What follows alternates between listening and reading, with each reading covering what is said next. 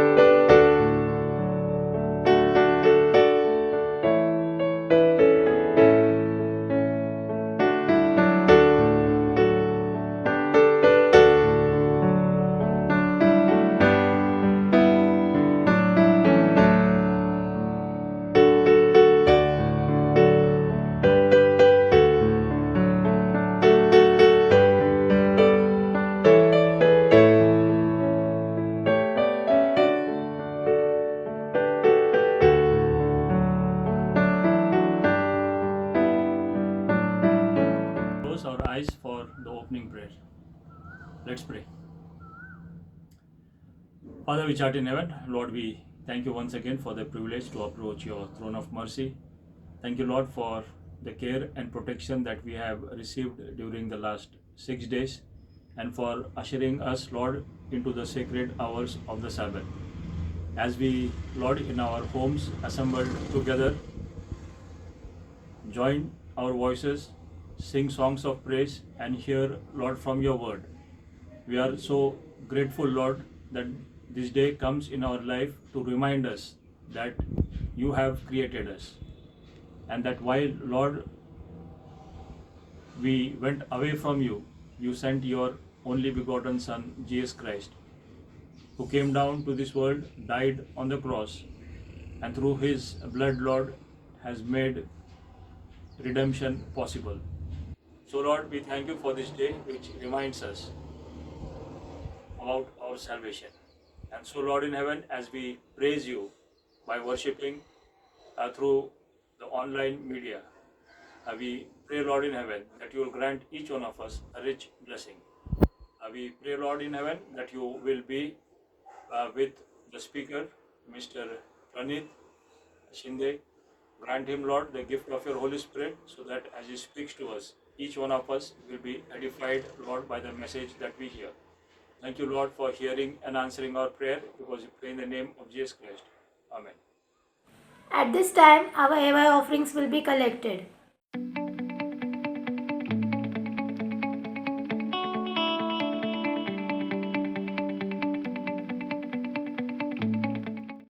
Shall we all pray on the offerings? O most gracious Heavenly Father, Lord, as we have come to thy feet, please accept us and guide us. Lord, as we have entered in the Sabbath hour, help each one of us to obey and keep the Sabbath day holy. Lord, as we are bringing our offerings to thee, Lord, please accept this and Lord, multiply this and use it for thy cause. For I pray in the name of Savior Jesus Christ. Amen. सर्वांना ख्रिस्तात सलाम and सर्वांना happy शब्बात. या ठिकाणी आनंद वाटतो की या शब्बाताच्या संध्याकाळी आपण सर्व या माध्यमाद्वारे, इलेक्ट्रॉनिक माध्यमाद्वारे एकमेकांशी जोडलेलो आहोत आणि खरोखर आपण एकत्र येऊन प्रभूची यावेळेस भक्ती आणि सेवा आणि त्याची गुणगान गाऊ शकतो. आणि देवाची स्तुती असो की आपण आज जिथे आहोत सुरक्षित आहोत, चांगले आहोत. अनेक लोक आहेत, अनेक व्यक्ती आहेत ज्यांच्यावरती परिस्थिती आज बिकट आहे, खराब आहे. अनेक लोकांना जेवणाचे प्रॉब्लेम आहेत, म्हणजे त्यांना खायलासुद्धा सध्या काही भेटत नाही आहे, इतकी वाईट परिस्थिती झालेली आहे. परंतु देवाचे आभार आहे आणि खरोखर देवाने आपल्याला सांभाळलेलं आहे आणि आपण व्यवस्थित आपल्या घरामध्ये आहोत, चांगल्या आपली चांगली तब्येत आहे, चांगल्या परिस्थितीमध्ये आपण आहोत. तर त्यासाठी खरोखर आपण देवाचे उपकार मानले पाहिजे आणि आपण खरंच या ठिकाणी त्याचा जय जयकार केला पाहिजे. तर वळूया आजच्या मुद्द्याकडे. मी ज्या मुद्द्यावरती बोलणार आहे ह्यावरती आधीसुद्धा अनेक गोष्टी उपलब्ध आहेत. आपण जर बघितलं तर खूप लोकांनी यावरती अनेक विचार मांडलेले आहेत आणि असं बघायला गेलं तर ह्याच्यावरती आपल्याला पुस्तकं लिहिलेले भेटतील. आणि तो विषय म्हणजे विश्वास. विश्वास काय आहे? आपण म्हणतो मी ख्रिस्ती आहे, मी ख्रिस्ती विश्वास करणारा आहे, मी येशू ख्रिस्तावरती विश्वास करणारा आहे. परंतु खरा विश्वास म्हणजे काय आणि विश्वासाचा अर्थ काय होतो आणि विश्वास कुठून येतो? आपल्यापर्यंत विश्वास येण्यासाठी किंवा मी कुठल्या गोष्टीवरती विश्वास ठेवण्यासाठी काय गरजेचं आहे? विश्वास कुठनं आपल्यापर्यंत येतो आणि आपल्यामध्ये विश्वास कसा वाढू शकतो? ह्या गोष्टीवरती मी आज आपल्यासोबत बोलणार आहे.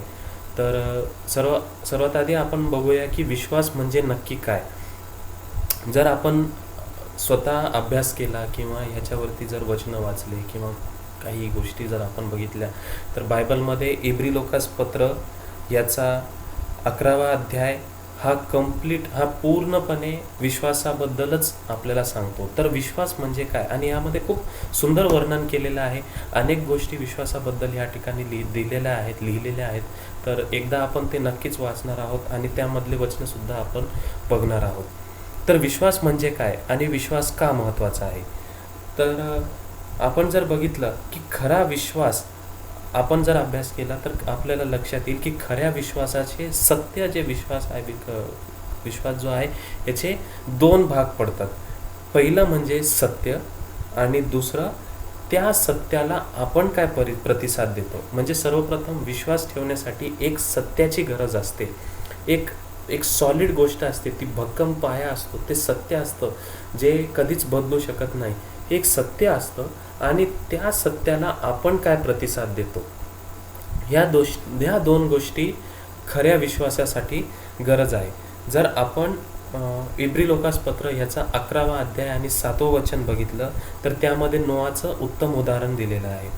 देवाने नोआला सांगितलं की नोआ अशा गोष्टी होणार आहेत, 40 दिवस 40 रात्र पाऊस येणार आहे आणि संपूर्ण जगामध्ये पाऊस आणि पाण्याने संपूर्ण गोष्ट पूर्ण होणार आहे, सगळीकडे पाणी होणार आहे.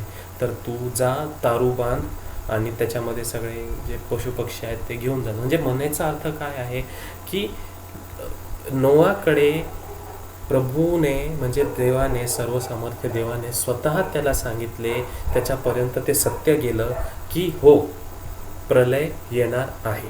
40 दिवस 40 रात्र भरपूर पाऊस येणार आहे आणि संपूर्ण पृथ्वी ही जलमय होणार आहे. हे झालं सत्य. त्यावरती नोआने काय प्रतिसाद दिला? हो, त्याने परमेश्वराची वाणी ऐकली, त्याने आज्ञा पाळली आणि देवाने जसं जसं त्याला सांगितलं होतं तर ते कृत्य त्यांनी केले आणि नक्कीच नोआ त्या गोष्टीतून वाचलेला आहे आणि तो त्या गोष्टीतून तरून गेलेला आहे. दुसरं उदाहरण जर आपण बघितलं, इब्री लोकासपत्र 11 अध्याय आणि 17 वचन. 17 वचनामध्ये अब्रामाचे उत्तम उदाहरण दिलेले आहे. अब्रामाला सत्य ठाऊक होतं. काय सत्य होतं? की सर्वसमर्थ्यवान जो प्रभू आहे, जो देव आहे, तो आपल्यासोबत आहे आणि त्याच्या कृपेमुळेच आपल्याला इसाक म्हणजेच पुत्रप्राप्ती झालेली आहे, इसाकाचा जन्म झालेला आहे. तर त्या ठिकाणी अब्रामाला हे झालं सत्य आणि त्या सत्याला त्यांनी काय प्रतिसाद दिला? देवाने त्याला काय सांगितलं होतं की अब्राहम उठ, आपल्या मुलाला घे आणि त्या डोंगरावरती जा आणि त्या ठिकाणी त्याचं काय करायचं, आपल्याला अर्पण करायचं आहे.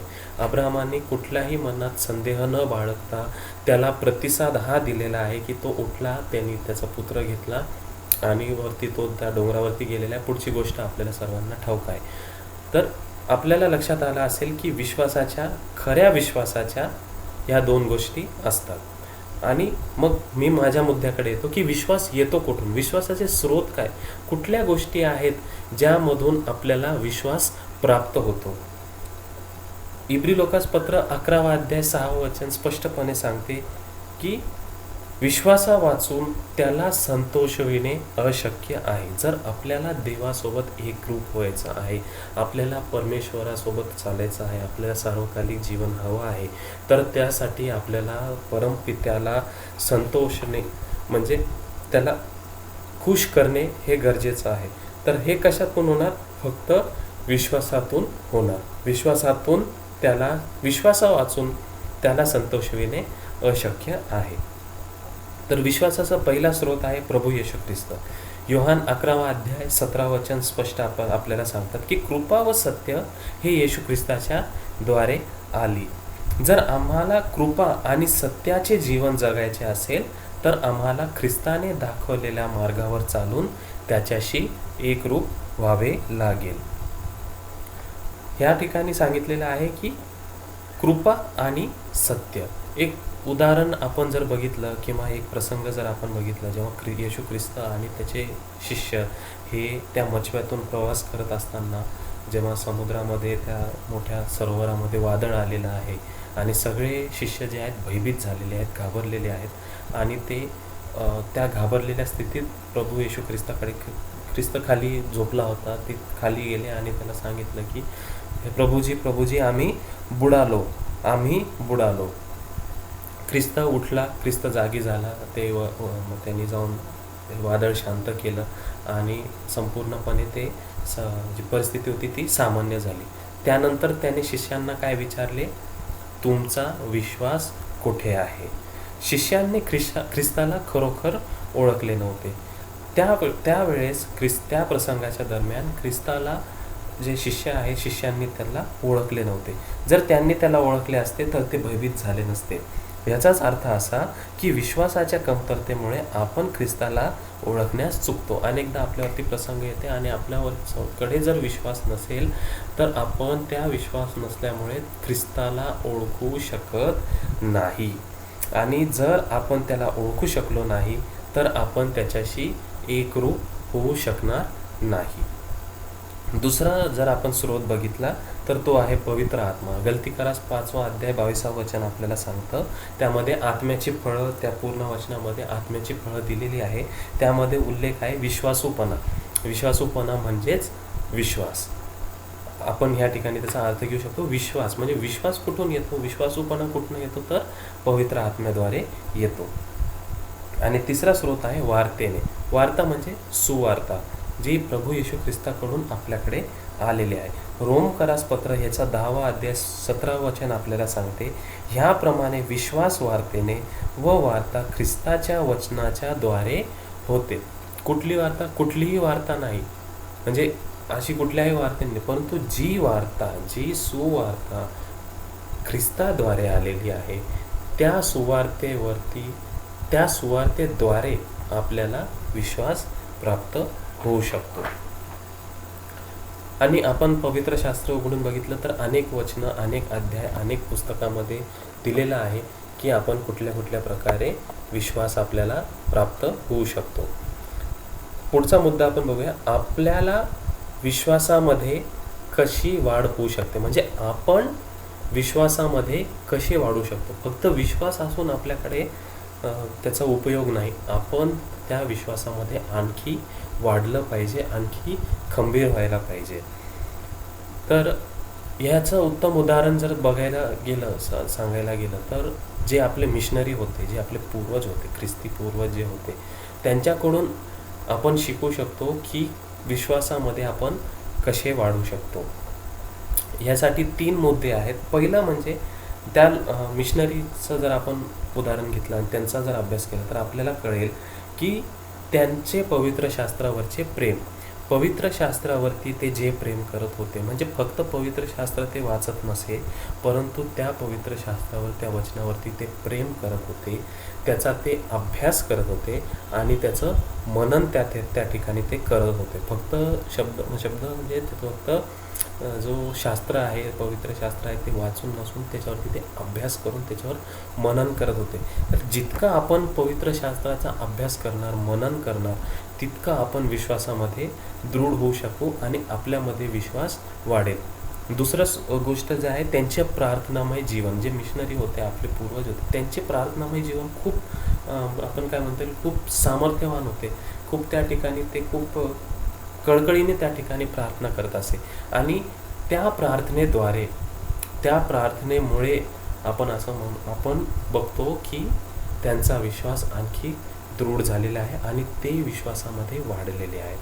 तिसरी आणि आणखी महत्त्वाची गोष्ट आहे की ह्या 2 गोष्टींव्यतिरिक्त, म्हणजे प्रार्थनामय जीवन आणि ह्याच्यावरचं प्रेम, आपलं जे वचन आहे, वचनावरचं प्रेम, याऐवजी तिसरी महत्त्वाची गोष्ट जी आपल्याला विश्वासामध्ये दृढ करते ती म्हणजे पवित्र आत्म्याचे मार्गदर्शन. गलतीकारास पत्र याचा 5वा अध्याय 16 वचन यामध्ये पौल म्हणतो, आत्म्याच्या प्रेरणेने चाला. आत्म्याच्या प्रेरणेने चाला. याचा अर्थ असा की आत्मा आपल्याला गरजेचा आहे. का? कारण आपलं शरीर, आपलं शारीरिक सामर्थ्य हे अपुरं आहे, कमी आहे. येशू ख्रिस्ताच्या मार्गावरती चालण्यासाठी, येशू ख्रिस्ताने जो मार्ग दाखवलेला आहे त्या मार्गावर चालण्यासाठी, ख्रिस्ताच्या मागे चालण्यासाठी आपण आपल्या शरीराने असमर्थ आहोत. आपण तितके बलवान नाही आहोत. आपल्याला अधिक सामर्थ्याची गरज आहे आणि हे सामर्थ्य आपल्याला कुठून प्राप्त होणार, तर ते आहे पवित्र आत्म्याद्वारे. पौल आपल्याला सांगतो की आत्म्याच्या प्रेरणेने चाला. तर हे पवित्र आत्म्याची जेव्हा आपल्याला प्रेरणा होते तेव्हा आपल्याला अधिक बळ त्या ठिकाणी, अधिक असं आपल्याला सामर्थ्य मिळतं आणि आपण त्याच्या मागे चालू शकतो. अधिक ते मिळेल आणि ख्रिस्तामागे चालणे सोपे होईल. आपल्याला सत्य समजेल आणि त्या सत्यामुळे आपला विश्वास आणखी वाढेल आणि बळकट होईल. तर ह्या गोष्टी झाल्या. विश्वास कुठून येतो आणि विश्वासामध्ये आपण कसं वाढू शकतो. परंतु ही अशी गोष्ट नाही, साधी गोष्ट, खूप सोपी गोष्ट नाही आहे की हा विश्वास आहे की चाललं आहे, ह्या विश्वासावरती मी विश्वास केला प्रभू येशू ख्रिस्तावरती आणि त्याच्या मागे मी चालत आहे. तर खूप सगळं सोपं नसतं. अनेक अडीअडचणी, अनेक गोष्टी आपल्यासमोर येतात आणि त्यांना आपल्याला सामोरी जावं लागतं.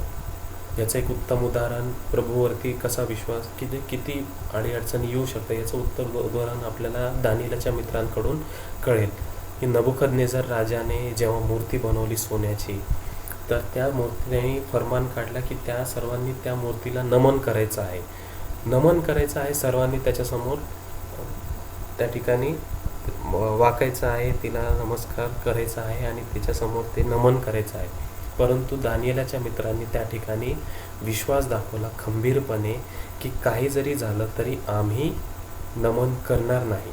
त्यासाठी त्यांना माहिती होतं की पुढे चालून काय त्यांना शिक्षा होऊ शकते, परंतु त्या शिक्षेची पर्वा न करता त्या ठिकाणी अत्यंत दबावामध्ये त्यांनी हा निर्णय घेतला. परंतु त्यांनी काय विश्वास धरला, की आम्ही त्याच्यासमोर नमन करणार नाही, या मूर्तीला नमन करणार नाही. पुढे जे झालं गोष्ट आपल्याला माहिती आहे. नबुकदनेझरने त्यांना पकडलं, शिक्षेसाठी त्यांना अग्निकुंडात टाकण्यात आलं आणि प्रभूने स्वतः येऊन त्या ठिकाणी त्यांची सुटका केलेली आहे. तर असं नाही की विश्वासामध्ये चालणं नेहमी सोपं असेल, परंतु प्रार्थना आणि पवित्र आत्म्याचं मार्गदर्शन हे आपल्यामध्ये असेल तर नक्कीच आपण त्या विश्वासामध्ये आणखी वाढू शकू, आणखी दृढ होऊ शकू आणि नक्कीच आपल्याला येशू ख्रिस्ताने दाखवलेल्या ज्या मार्गावरती चालण्यासाठी आपल्याला सहाय्य आणि मदत होईल.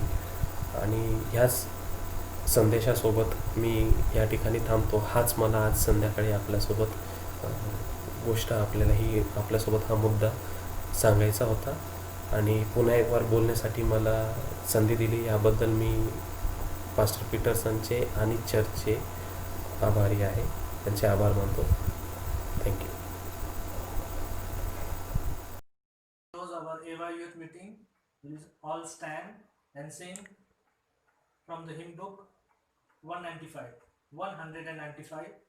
There shall be showers of blessing.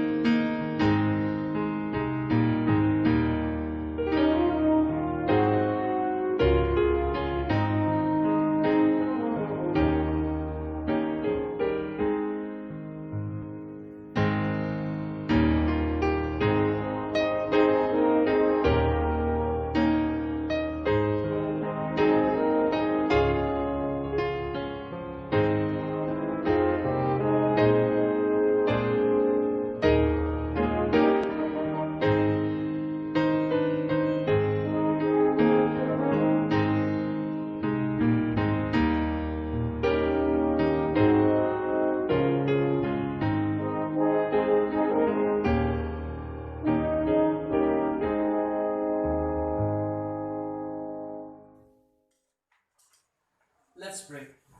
Our most and gracious loving Father, we thank Thee for showing us beautiful beginning of Sabbath You have shown us in our life.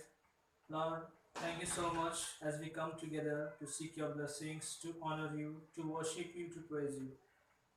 God, I especially pray for all the people around the world suffering from coronavirus. Please, God, heal them, forgive them, so that this coronavirus will completely stop and we be able to go out and worship You, praise You. I too pray for all the church members, be with all of them. Let Your special guidance and Holy Spirit be with them. I too pray for the Borge family as they are suffering from coronavirus. Please, God, we are definitely sure that You are going to heal them and You are going to remove them from this coronavirus. I too pray for all the people suffering from these problems, disease, sickness. Please God, heal them, protect them from all harm and danger things. I also pray for the people who have struggled from the problem of cyclone. God, we are definitely sure that whatever the things are happening, these are the last days events of your coming. Please God, protect all the people from this kind of disaster. Give them good health, shelter, food, clothing. I especially pray for all the youth around the world and also the Aurangabad Church youth. Be with all of them as we are taking a standby. Let your special Holy Spirit be on all of us as we participate in the church activities and lead your gospel to every corner of this world. Be with the church pastors, be with the other officers, president, and all the church members. Once again, thank you so much for giving me this opportunity to come together to seek your blessings, to honor you, to worship you, praise you. I ask this holy and precious name of Jesus Christ. Amen.